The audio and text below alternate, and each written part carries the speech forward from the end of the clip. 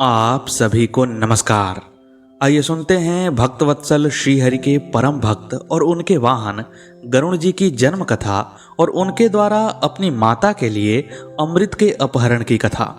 महाभारत के आदि पर्व में आई इस कथा के बारे में कहा जाता है कि जो भी इस कथा को अंत तक पढ़ता या सुनता है उसे निश्चित रूप से भगवान का प्रेम प्राप्त होता है, उस पर हरि की कृपा होती है।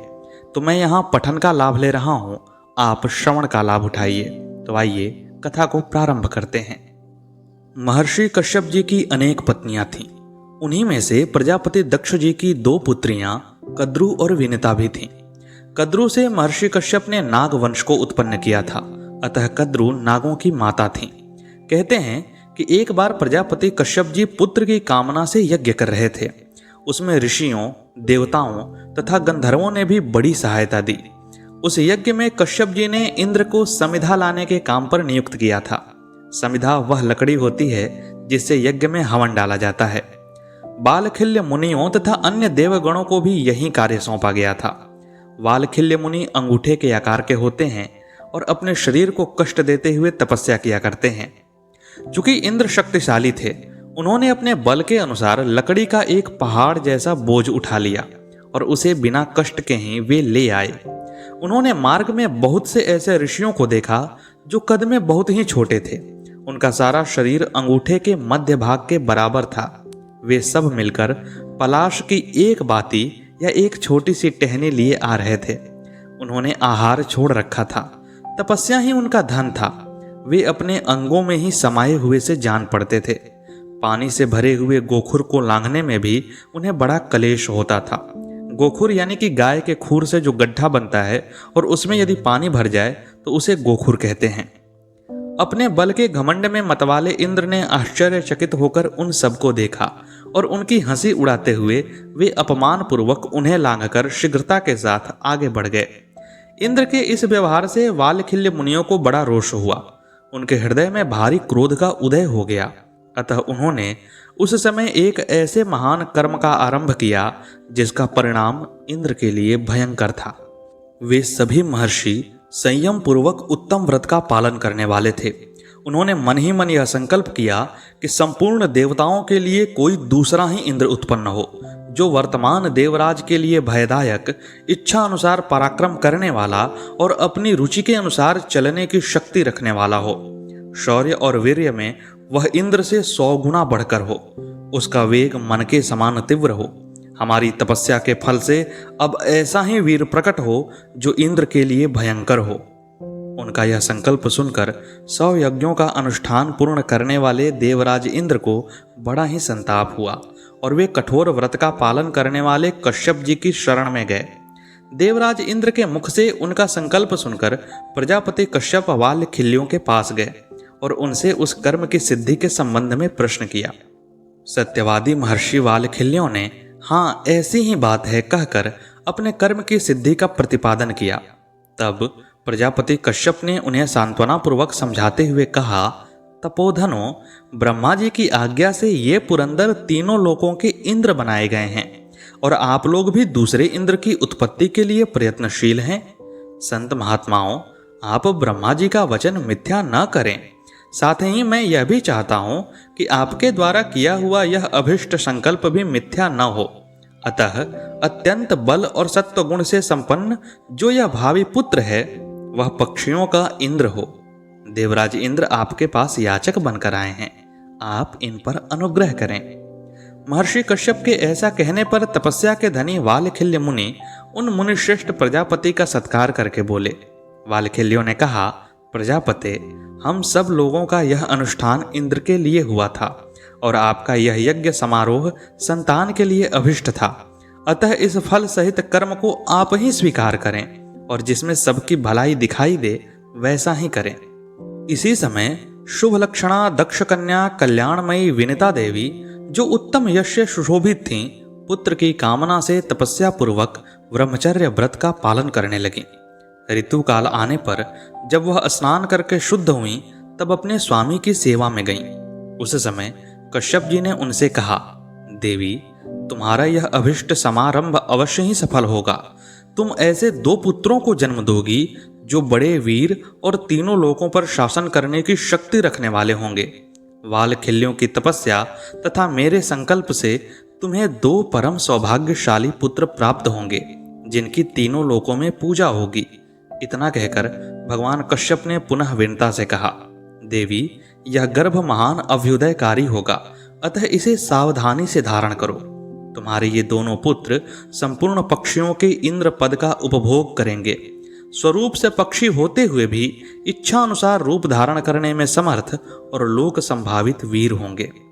विनता से ऐसा कहकर प्रसन्न हुए प्रजापति ने शतक्रतु इंद्र से कहा, पुरंदर, ये दोनों महापराक्रमी भ्राता तुम्हारे सहायक होंगे, तुम्हें इनसे कोई हानि नहीं होगी। इंद्र, तुम्हारा संताप दूर हो जाना चाहिए। देवताओं के इंद्र तुम ही बने रहोगे। एक बात ध्यान रखना, आज से फिर कभी तुम घमंड में आके ब्रह्मवादी महात्माओं का उपहास और अपमान न करना, क्योंकि उनके पास वाणी रूप अमोघ व्रज है तथा वे तीक्ष्ण कोप वाले होते हैं। कश्यप जी के ऐसा कहने पर देवराज इंद्र निशंक होकर स्वर्गलोक में चले गए। अपना मनोरथ सिद्ध होने से विनिता भी बहुत प्रसन्न हुई। उनके 2 पुत्र हुए, अरुण और गरुण। जिनके अंग कुछ अधूरे रह गए थे वे अरुण कहलाते हैं, क्योंकि विनिता से 2 अंडे उत्पन्न हुए। विनिता ने एक अंडे को समय से पहले ही फोड़ दिया, जिससे कि अरुण के अंग पूरी तरह से विकसित नहीं हो पाए थे, लेकिन दूसरे अंडे को विनिता ने छोड़ दिया था, जिससे आगे चलकर गरुण देवता का जन्म हुआ। ये अरुण ही सूर्य देव के सारथी बनकर उनके आगे आगे चलते हैं और उनके दूसरे पुत्र गरुण पक्षियों के इंद्र पद पर शोभित होते हैं। जब समुद्र मंथन हो रहा था तो उसमें से उच्च श्रवा अश्व निकला, जिसे देखकर कद्रु ने विनता से कहा, भद्रे, शीघ्र बताओ तो यह उच्च श्रवा घोड़ा किस रंग का है? विनता बोली, शुभे, यह अश्वराज श्वेत वर्ण का ही है। तुम इसे कैसा समझती हो? तुम भी इसका रंग बताओ, तब हम दोनों इसके लिए बाजी लगाएंगे। कद्रु ने कहा कि हे बहन, इस घोड़े का रंग तो अवश्य सफेद है, किंतु इसकी पूंछ को मैं काले रंग की ही मानती हूं। भामिनी, आओ दासी होने की शर्त रखकर मेरे साथ बाजी लगाओ। यदि तुम्हारी बात ठीक हुई तो मैं दासी बनकर रहूंगी, अन्यथा तुम्हें मेरी दासी बनना होगा। इस प्रकार वे दोनों बहनें आपस में एक दूसरे की दासी होने की शर्त रखकर अपने अपने घर चली गईं और उन्होंने यह निश्चय किया कि कल आकर घोड़े को देखेंगी। कद्रु कुटिलता एवं छल से काम लेना चाहती थीं। उन्होंने अपने सहस्र पुत्रों को इसी समय आज्ञा दी कि तुम काले रंग के बाल बनकर शीघ्र उस घोड़े की पूंछ में लग जाओ, जिससे मुझे दासी न होना पड़े। उस समय जिन सर्पों ने उनकी आज्ञा न मानी, उन्हें उन्होंने शाप दिया कि जाओ, पांडव वंशी बुद्धिमान राजर्षि जनमेजय के सर्प यज्ञ का आरंभ होने पर उसमें प्रज्वलित अग्नि तुम्हें जलाकर भस्म कर देगी। जनमेजय जी के सर्प यज्ञ की कथा भी जल्द ही हमारे चैनल पर उपलब्ध होगी। यदि सनातन के लिए किया जा रहा हमारा प्रयास आपको अच्छा लगता है, हमारी कहानियाँ आपको अच्छी लगती हैं, तो कृपा करके हमारे चैनल को सब्सक्राइब कर लीजिए। इसमें आपका 2 से 3 सेकंड का समय लगेगा और हमारा चैनल इससे अधिक लोगों तक पहुंच सकेगा। अब आइए कहानी पर वापस लौटते हैं। इस प्रकार जब माता कद्रु ने नागों को शाप दिया तो उसी नाग वंश से कारकोटक वंश के सांपों ने माता कद्रु से कहा कि माँ, तुम धैर्य रखो, हम काले रंग के बाल बनकर उस श्रेष्ठ अश्व के शरीर में प्रविष्ट हो जाएंगे और इस प्रकार उसकी पूंछ काली दिखाई देगी। यह सुनकर यशस्विनी कद्रु ने पुत्रों को उत्तर दिया कि बेटा, ऐसा ही होना चाहिए। उसके बाद जब रात बीती और प्रातः काल हुआ तो कद्रु और विनता दोनों बहनें बड़े जोश और रोष के साथ दासी होने की बाजी लगाकर उच्च श्रवा नामक अश्व को निकट से देखने के लिए गईं। कुछ दूर जाने पर उन्होंने मार्ग में जलनिधि समुद्र को देखा, जो महान होने के साथ ही अगाध जल से भरा हुआ था। इधर नागों ने परस्पर विचार करके यह निश्चय किया कि हमें माता की आज्ञा का पालन करना चाहिए। यदि इनका मनोरथ पूरा न होगा तो वह स्नेह भाव छोड़कर रोषपूर्वक हमें जला देंगी। यदि इच्छा पूर्ण हो जाने से प्रसन्न हो गईं तो वह भामिनी हमें अपने शाप से मुक्त कर सकती हैं। इसलिए हम निश्चय ही उस घोड़े की पूंछ को काली कर देंगे। ऐसा विचार करके वे वहां गए और काले रंग के बाल बनकर उसकी पूंछ में लिपट गए। तदनंतर शीघ्रगामी कद्रू विनिता के साथ उस समुद्र को लांघकर तुरंत ही उच्च श्रवा घोड़े के पास पहुंच गई। उस समय चंद्रमा की किरणों के समान श्वेत वर्ण वाले उस महान वेगशाली शिष्ट अश्व को उन दोनों ने काली पूंछ वाला देखा। पूंछ के घनीभूत बालों को काले रंग का देखकर विनिता विषाद की मूर्ति बन गई और कद्रू ने उन्हें अपनी दासी के काम में लगा दिया।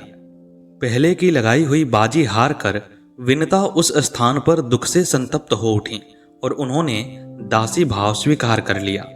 इसी बीच दूसरे अंडे से समय पूरा होने पर महातेजस्वी गरुड़ माता की सहायता के बिना ही अंडे को फोड़कर बाहर निकल आए। वे महान साहस और पराक्रम संपन्न थे। अपने तेज से संपूर्ण दिशाओं को प्रकाशित कर रहे थे। उनमें इच्छा अनुसार रूप धारण करने की शक्ति थी। वे जहां जितनी जल्दी जाना चाहें जा सकते थे और अपनी रुचि के अनुसार पराक्रम दिखला सकते थे। उनका प्राकट्य आकाशचारी पक्षी के रूप में हुआ था। वे प्रज्वलित अग्निपुंज के समान उद्भासित होकर अत्यंत भयंकर जान पड़ते थे। उनकी आंखें बिजली के समान चमकने वाली और पिंगल वर्ण की थी। वे प्रलय काल की अग्नि के समान प्रज्वलित एवं प्रकाशित हो रहे थे। उनका शरीर थोड़ी ही देर में बढ़कर विशाल हो गया। पक्षी गरुड़ आकाश में उड़ चले। वे स्वयं तो भयंकर थे ही, उनकी आवाज भी बड़ी भयानक थी। वे दूसरे बड़वानल की भांति बड़े भीषण जान पड़ते थे। तदनंतर इच्छानुसार चलने तथा रुचि के अनुसार पराक्रम प्रकट करने वाले पक्षी गरुड़ अपने भाई अरुण को पीठ पर चढ़ाकर पिता के घर से माता के समीप महासागर के दूसरे तट पर आए। इसके बाद समुद्र मंथन से अमृत निकला। फिर अमृत को पीने के लिए देवताओं और दानवों में युद्ध हुआ। उस युद्ध के बाद मोहिनी रूप में भगवान विष्णु ने देवताओं को अमृत पिलाया और असुरों को इससे वंचित रखा। इसी क्रिया के दौरान राहु ने अमृत चख लिया था और जब राहु अमृत चख रहा था तो सूरज और चंद्रमा ने इस बात को देवताओं से कहा और इसीलिए भगवान विष्णु ने राहु का गला काट दिया। तब क्रोध में आकर राहु बार बार चंद्रमा और सूर्य को ग्रसने लगा था। इस बात को सोचकर सूर्य कुपित हो गए। उन्होंने कहा कि मैंने सभी देवताओं का भला किया, लेकिन फल सिर्फ मुझे भुगतना पड़ रहा है और कोई देवता मेरी सहायता नहीं कर रहा है। इसके बाद उन्होंने ऐसा संकल्प लिया कि मैं अपने तेज से पूरे ब्रह्मांड को जला दूंगा। तब उनके तेज का हरण करने के लिए और उनके कोप को शांत करने के लिए अरुण को उनका सारथी बना दिया गया। जब भगवान सूर्य अपनी किरणों का तेज फैलाते हैं तो अरुण अपने पंखों से उसे रोककर हमारी रक्षा करते हैं। ऐसी ही महाभारत में कथा आती है। इसके बाद गरुण अपनी माता के पास गए। यहाँ गरुण की माता विनिता बाजी हार जाने से दासी भाव को प्राप्त होकर अत्यंत दुख से संतप्त रहती थीं। एक दिन अपने पुत्र के समीप बैठी हुई विनयशील विनिता को किसी समय बुलाकर कद्रू ने यह बात कही। कल्याणी विनते, समुद्र के भीतर निर्जन प्रदेश में एक बहुत रमणीय तथा देखने में अत्यंत मनोहर नागों का निवास स्थान है, तो वहां मुझे ले चल। तब गरुण की माता विनिता सर्पों की माता कद्रू को अपनी पीठ पर ढोने लगी। इधर माता की आज्ञा से गरुण भी सर्पों को अपनी पीठ पर चढ़ाकर ले चले। पक्षीराज गरुण आकाश में सूर्य के निकट होकर चलने लगे। अतः सर्प सूर्य की किरणों से संतप्त हो मूर्छित हो गए। अपने पुत्रों को इस दशा में देखकर कद्रू इंद्र की स्तुति करने लगी। नागमाता कद्रू के इस प्रकार स्तुति करने पर भगवान इंद्र ने मेघों की काली घटाओं द्वारा संपूर्ण आकाश को आच्छादित कर दिया। साथ ही मेघों को आज्ञा दी कि तुम सब शीतल जल की वर्षा करो। आज्ञा पाकर बिजलियों से प्रकाशित होने वाले उन मेघों ने प्रचुर जल की वृष्टि की। इंद्रदेव के इस प्रकार वर्षा करने पर नागों को बड़ा हर्ष हुआ। पृथ्वी पर सब ओर पानी ही पानी भर गया। वह शीतल और निर्मल जल रसातल तक पहुंच गया। उस समय सारा भूतल जल की असंख्य तरंगों से आच्छादित हो गया था। इस प्रकार वर्षा से संतुष्ट हुए सर्प अपनी माता के साथ रमणीय द्वीप में आ गए। उस द्वीप वन में पहुंचकर वे सर्प उस समय सब ओर विहार करने लगे और महापराक्रमी पक्षीराज गरुण से इस प्रकार बोले, खेचर, तुम आकाश में उड़ते समय बहुत से रमणीय प्रदेश देखा करते हो, अतः हमें निर्मल जल वाले किसी दूसरे रमणीय द्वीप में ले चलो। गरुण ने कुछ सोचकर अपनी माता विनिता से पूछा, माँ, क्या कारण है कि मुझे सर्पों की आज्ञा का पालन करना पड़ता है? विनिता बोली, बेटा पक्षीराज, मैं दुर्भाग्यवश सौत की दासी हूँ। इन सर्पों ने छल करके मेरी जीती हुई बाजी को पलट दिया था। माता के यह कारण बताने पर आकाशकारी गरुड़ ने उस दुख से दुखी होकर सर्पों से कहा, जीभ लपलपाने वाले सर्पों, तुम लोग सच सच बतलाओ, मैं तुम्हें क्या ला कर दे दूं, किस विद्या का लाभ करा दूं, अथवा यहाँ कौन सा पुरुषार्थ करके दिखा दूं जिससे मुझे तथा मेरी माता को तुम्हारी दासता से छुटकारा मिल जाए। गरुड़ की बात सुनकर सर्पों ने कहा, गरुड़, तुम पराक्रम करके हमारे लिए अमृत ला दो, इससे तुम्हें दास्य भाव से छुटकारा मिल जाएगा। सर्पों की यह बात सुनकर गरुड़ अपनी माता से बोले, माँ, मैं अमृत लाने के लिए जा रहा हूँ जिससे कि हम दासत्व से मुक्त हो सकें, किंतु इस कार्य में मुझे अधिक ऊर्जा चाहिए, इसलिए मेरे लिए भोजन सामग्री क्या होगी यह मैं जानना चाहता हूँ। इस पर वेंता ने कहा, समुद्र के बीच में एक टापू है जिसके एकांत प्रदेश में जीव हिंसकों का निवास है। वहां सहस्रों पापाचारी जीव हिंसक रहते हैं, उन्हीं को मारकर खा लो और अमृत ले आओ, परंतु ध्यान रहे किसी निर्दोष और भगवत परायण को हानि नहीं पहुंचे। वत्स, तुम्हारा मार्ग विघ्न रहित हो, तुम अभिष्ट कार्य की सिद्धि के लिए यात्रा करो। यह बात सुनकर महाबली गरुड़ पंख पसार कर आकाश में उड़ गए और जीव हिंसकों के देश में पहुंचे। वहां से उनका संहार करके वह पक्षीराज गरुड़ पंख फैलाकर मन के समान तीव्र वेग से आकाश में उड़े। तदनंतर उन्हें अपने पिता कश्यप जी का दर्शन हुआ। महर्षि कश्यप उनसे इस प्रकार बोले, बेटा, तुम लोग कुशल से तो हो ना? विशेषतः प्रतिदिन भोजन के संबंध में तुम्हें विशेष सुविधा है ना? क्या मनुष्य लोक में तुम्हारे लिए पर्याप्त अन्न मिल जाता है? गरुड़ ने कहा, मेरी माता सदा कुशल से रहती हैं, मेरे भाई तथा मैं दोनों सकुशल हैं, परंतु पिताजी, पर्याप्त भोजन के विषय में तो सदा मेरे लिए कुशल का अभाव ही है। मुझे सर्पों ने उत्तम अमृत लाने के लिए भेजा है। माता को दासीपन से छुटकारा दिलाने के लिए आज मैं निश्चय ही उस अमृत को लाऊंगा। परंतु भोजन के विषय में पूछने पर माता ने कहा, जीव हिंसकों का भक्षण करो, परंतु हजारों को खा लेने पर भी मुझे तृप्ति नहीं हुई है। अतः भगवान, आप मेरे लिए कोई दूसरा भोजन बताइए। प्रभु, वह भोजन ऐसा हो जिसे खाकर मैं अमृत लाने में समर्थ हो सकूं। मेरी भूख प्यास को मिटा देने के लिए आप पर्याप्त भोजन बताइए। इस बात को सुनकर कश्यप जी बोले, बेटा, यह महान पुण्यदायक सरोवर है जो देवलोक में भी विख्यात है।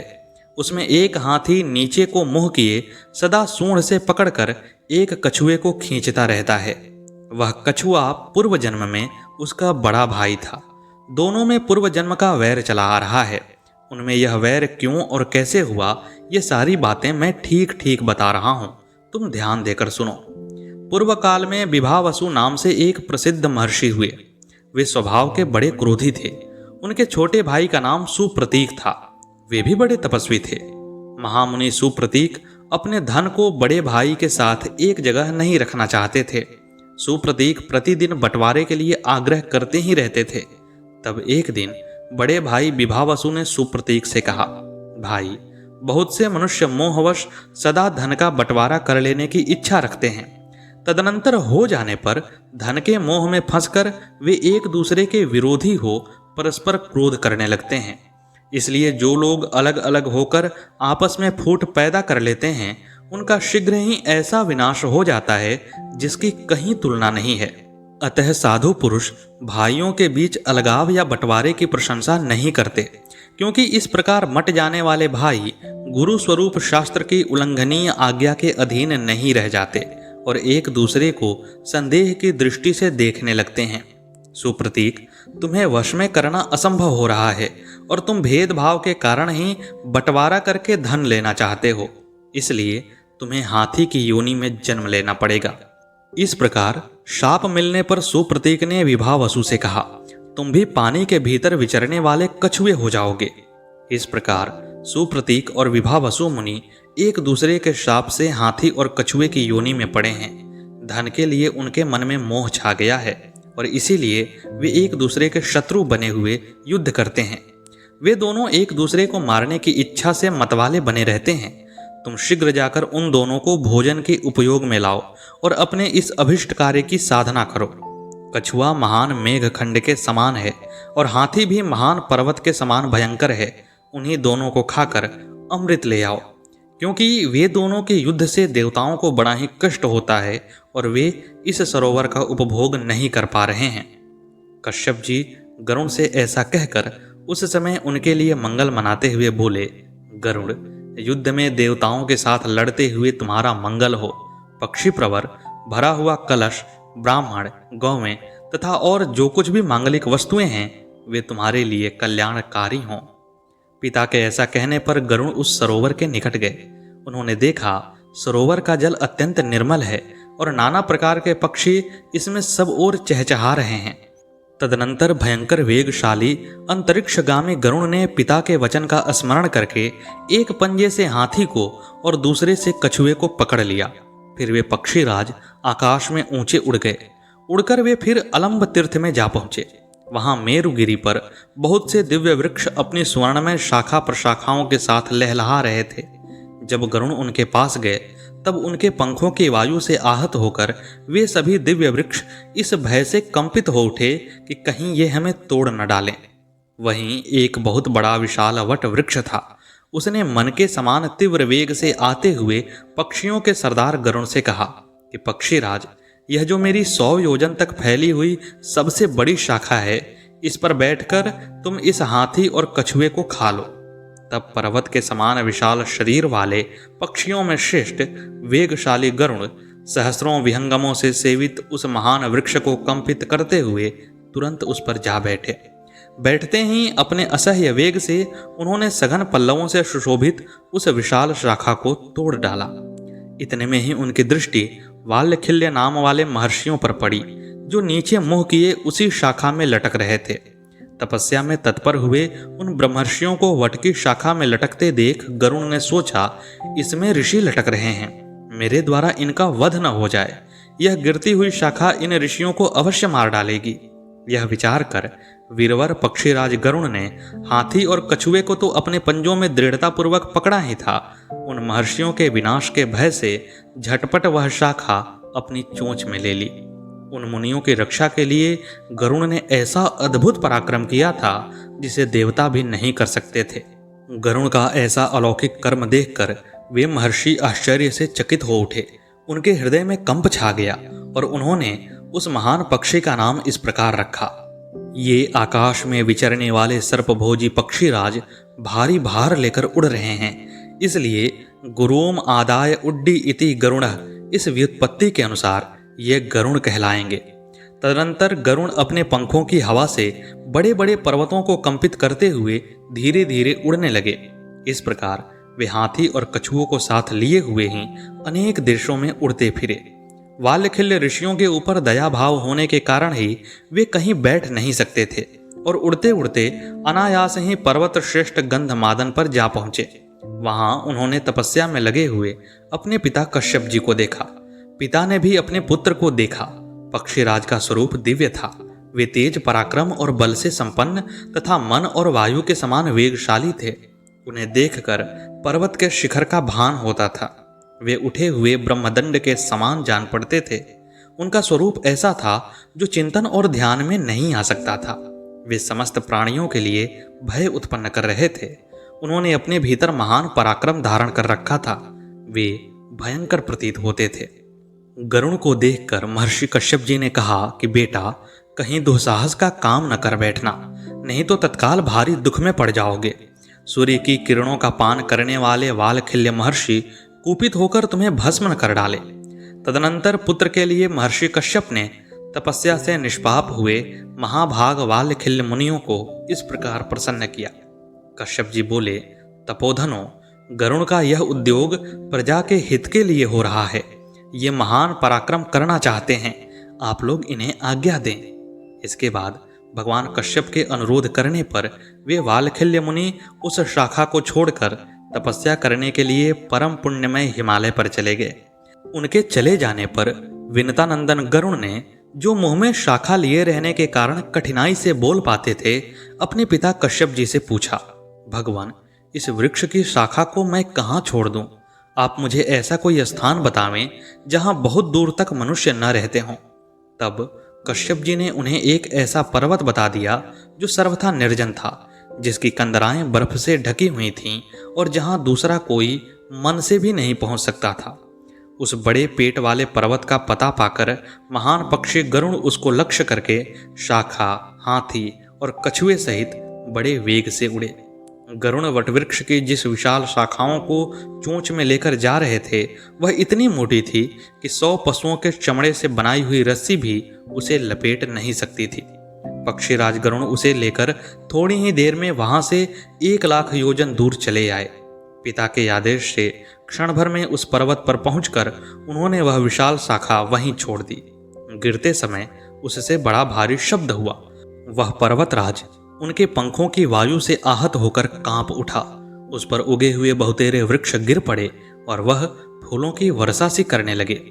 इस प्रकार कछुए और हाथी दोनों को खाकर महान वेगशाली गरुड़ पर्वत की उस चोटी से ही ऊपर की ओर उड़े। उस समय देवताओं के यहाँ बहुत से भय सूचक उत्पात होने लगे। देवराज इंद्र का प्रिय आयुध वज्र भय से जल उठा।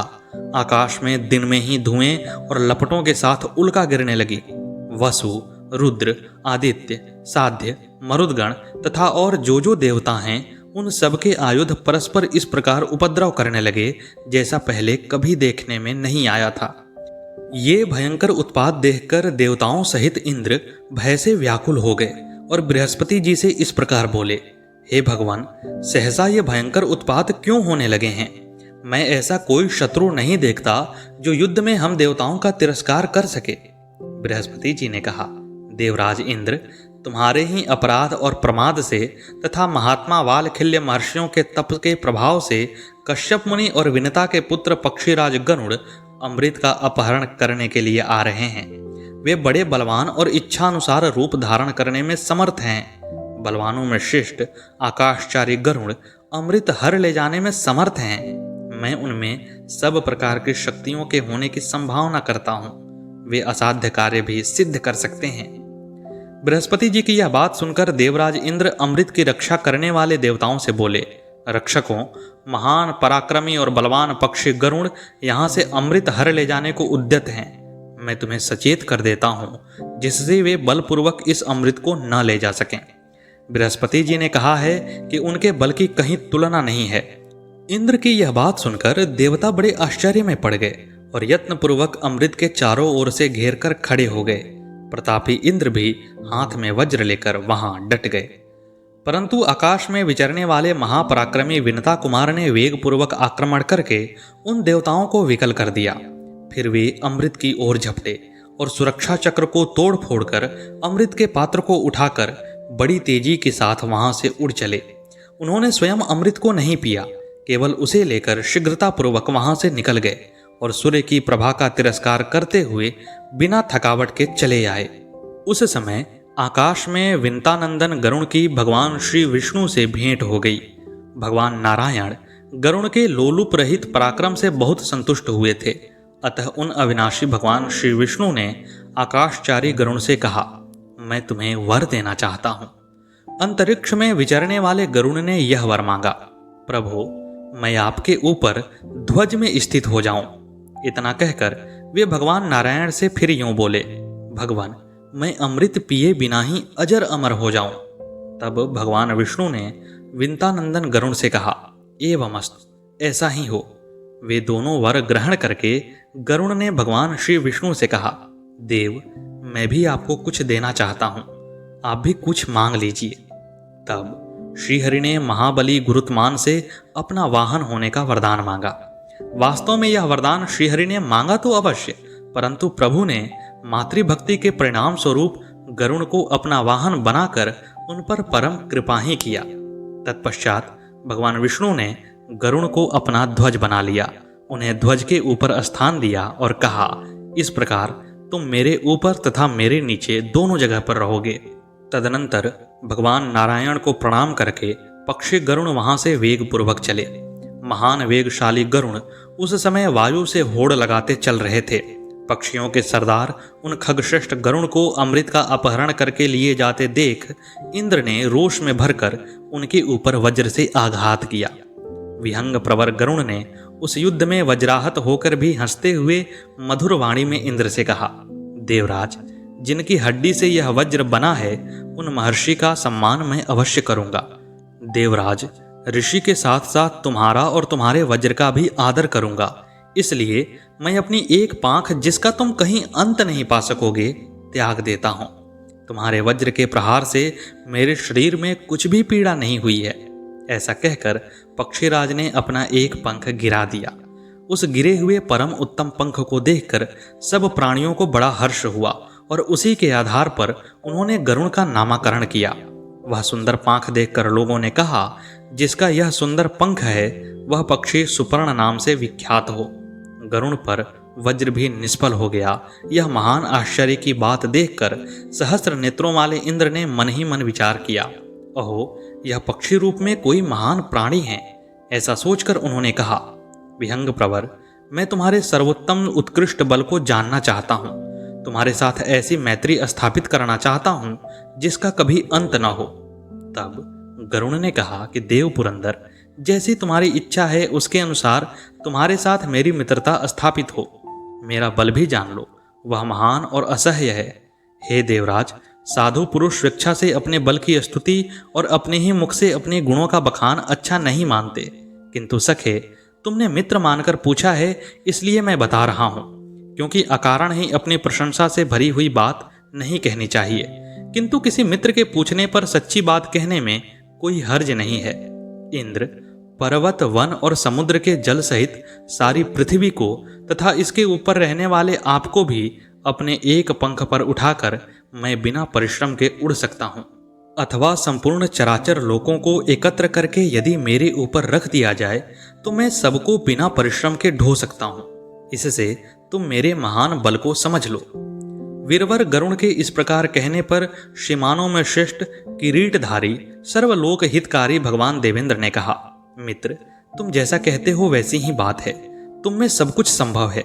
इस समय मेरी अत्यंत उत्तम मित्रता स्वीकार करो। यदि तुम्हें स्वयं अमृत की आवश्यकता नहीं है तो वह मुझे वापस दे दो। तुम जिनको यह अमृत देना चाहते हो वे इसे पीकर हमें कष्ट पहुंचाएंगे।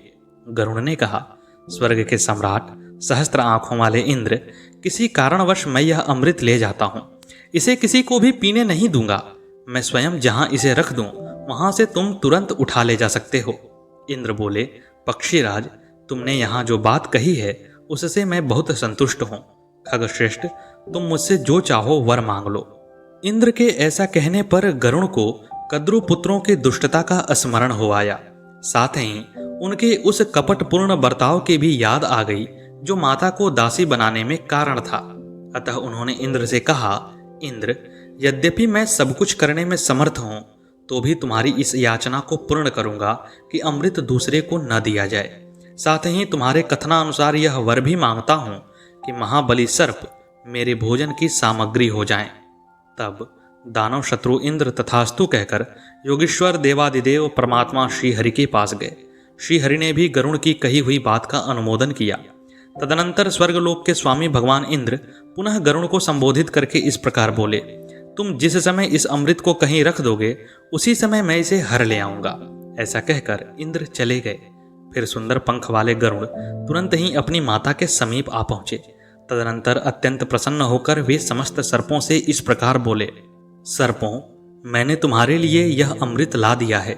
इसे कुशों पर रख देता हूँ। तुम सब लोग स्नान और मंगल कर्म स्वास्थ्य वाचन करके आओ और इस अमृत का पान करो। अमृत के लिए भेजते समय तुमने यहाँ बैठकर मुझसे जो बातें कही थीं उसके अनुसार आज से मेरी ये माता दासीपन से मुक्त हो जाएं, क्योंकि तुमने मेरे लिए जो काम बताया था उसे मैंने पूर्ण कर दिया है। तब सभी सर्प तथास्तु कहकर स्नान के लिए चले गए। इसी बीच में इंद्र वह अमृत लेकर पुनः स्वर्गलोक को चले गए।